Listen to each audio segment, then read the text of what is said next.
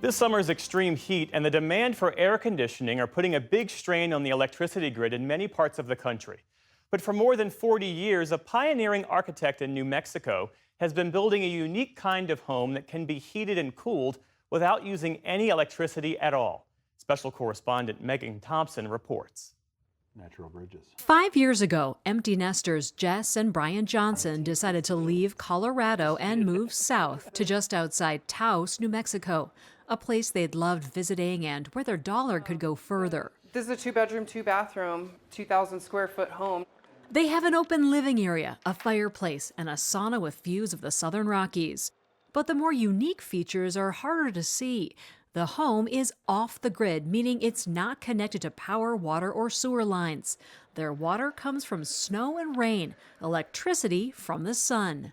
We're not crazy conservationists. You know, we take showers every day and run the dishwasher and the washing machine and everything. The only way we're radical really is that we don't pay utility bills.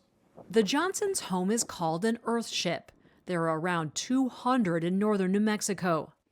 These are the same drawings I made for the front face. Michael Reynolds came up with the idea as a young architect. Ever since college, I have looked at the world around me and been disturbed by it.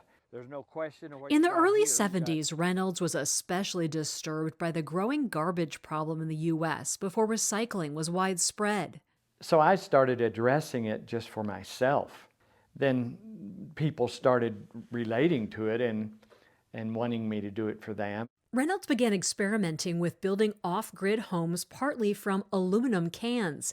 He came up with a model that began to get attention. I have 6 things that I've determined are necessary for human sustenance. It's comfortable shelter without use of fossil fuel, electricity, water, food, treatment of human waste, and treatment of garbage. Anywhere anybody lives, those 6 things must be addressed. Reynolds started a company to build and sell his homes and to teach people how to build their own.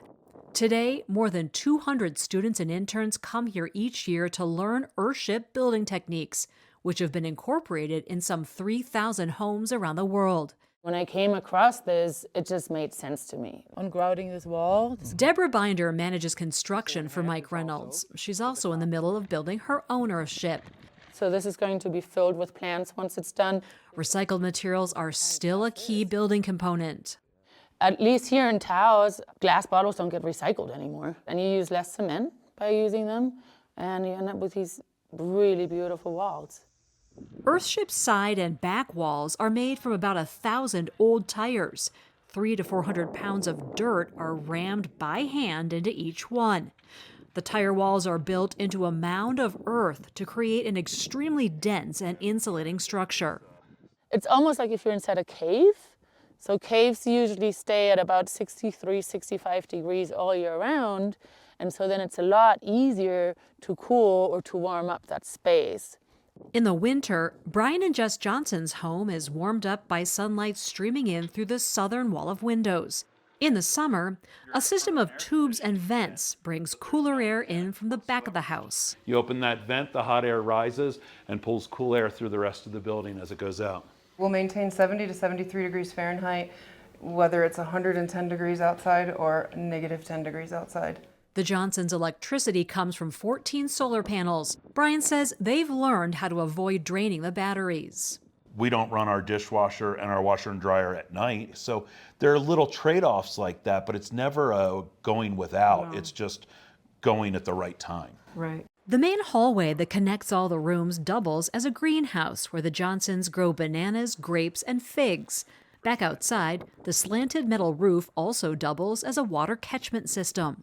All the rain or snow that falls onto our roof gets collected in cisterns behind our home. We have about 8,000 gallons of storage. The water is filtered and first flows to the sinks, showers, and laundry. Then it drains to the greenhouse to water the plants. From there, it flows to the toilets. Then finally, it's flushed outside to a septic system that waters another garden. So 1, 2, 3, 4 uses for every drop of water in this house.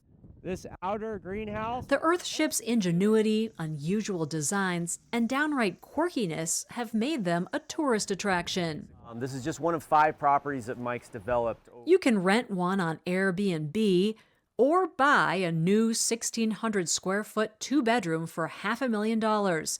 This larger model is $1.7 million. But building Earthships on a wide scale outside of a community like this is challenging.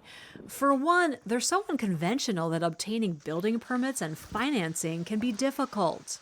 Unless you've got the time and the inclination on your own to do it, or can afford a tremendous amount of labor costs, it just doesn't make any sense.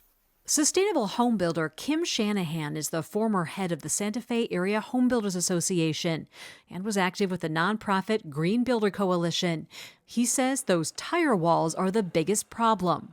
Each little step of the wall, it's a lot of labor. And that's simply not something that a production builder or even a small builder could ever imagine doing. And that's why it never really could be done at scale.